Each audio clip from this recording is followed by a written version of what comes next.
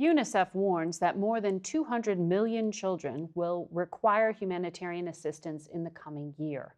The largest crisis right now is Sudan.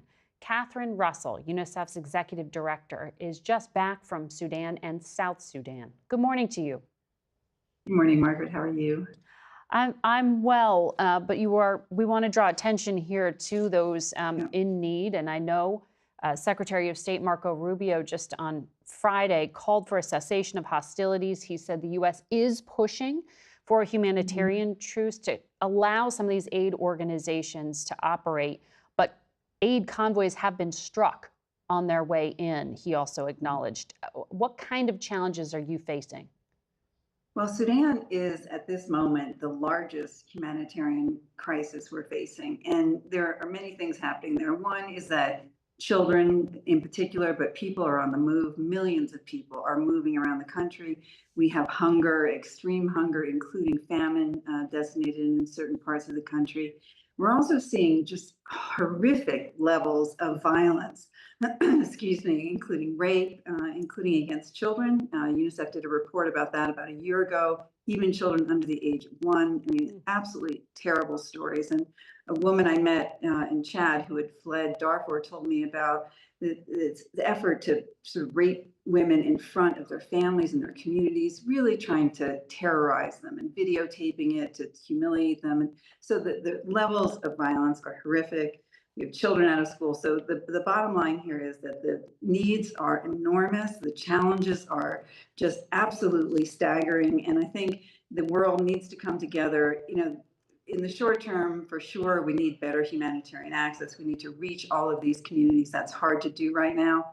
But the truth is, Margaret, that what I heard from children across Sudan was the same thing, which is I would say to them, what do you think about? What do you want? And they all said the same thing, which is we want peace. I think they understand that the only answer here really is to solve the political problems so that people can get back to some sort of a decent life. Well, I don't want to let go what you just mentioned in terms of why something like that would be done to children and to women in front of their families. The term genocide is used in Sudan. What you are describing there in terms of treatment of gender-based violence, it sounds like you are saying that is an attempt to destroy a society by carrying out rape. I mean, there are definitely atrocities that are intended to terrorize communities, to force them to move, to scare them.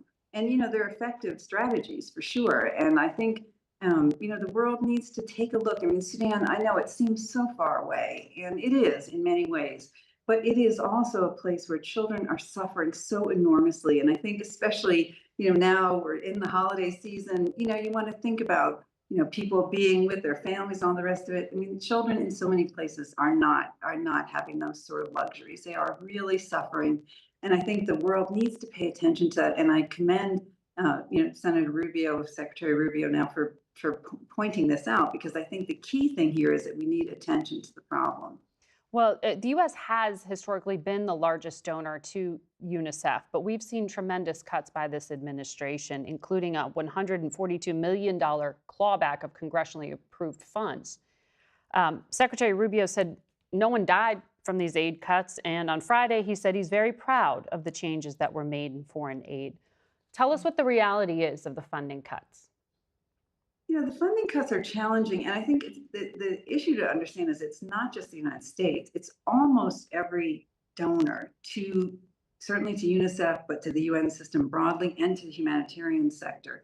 And so when you add all of those together, the impacts are really dramatic, because it means that, what financial support we do get, we have to spread now over more places and with less support from donor countries. So I think, there are certainly, there have been and will probably always be catastrophes that we're trying to deal with, and children are suffering. The United States has always proudly led, I think, on humanitarian response and on helping children. And, we're hopeful that some of the money that has been taken back will be restored to us. We continue to work with the State Department. There are efforts to fund a lot of the humanitarian and sort of life-saving work that we do. But really, the needs around the world are just absolutely enormous. And it's the United States and other donors who have to come in behind that, along with the private sector, I have to add. That is also an important piece of this puzzle. And I should point out that the U.S. is one of the largest foreign aid donors to South Sudan, but that Yes. foreign aid is also under threat at this moment because of the government not complying with what the U.S. is demanding. Let me Yes, quickly, South Sudan is a challenge. I was yeah, just there too, and that is, the yeah. government there Can I needs to do a better job. quickly, before I let you go, Gaza, how are things improving? Well, again, I would say thanks to the ceasefire and the administration here was critical on doing that. Things have gotten a bit better. We are able to move around better, but there's tremendous misery. The challenges remain. We have a lot of work that needs to get done. I mean, you've seen all of the images, the destruction. We still have serious levels of malnutrition.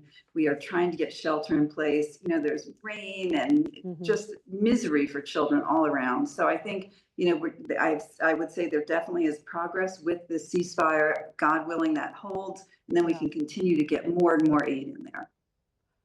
God willing, that holds, as you say.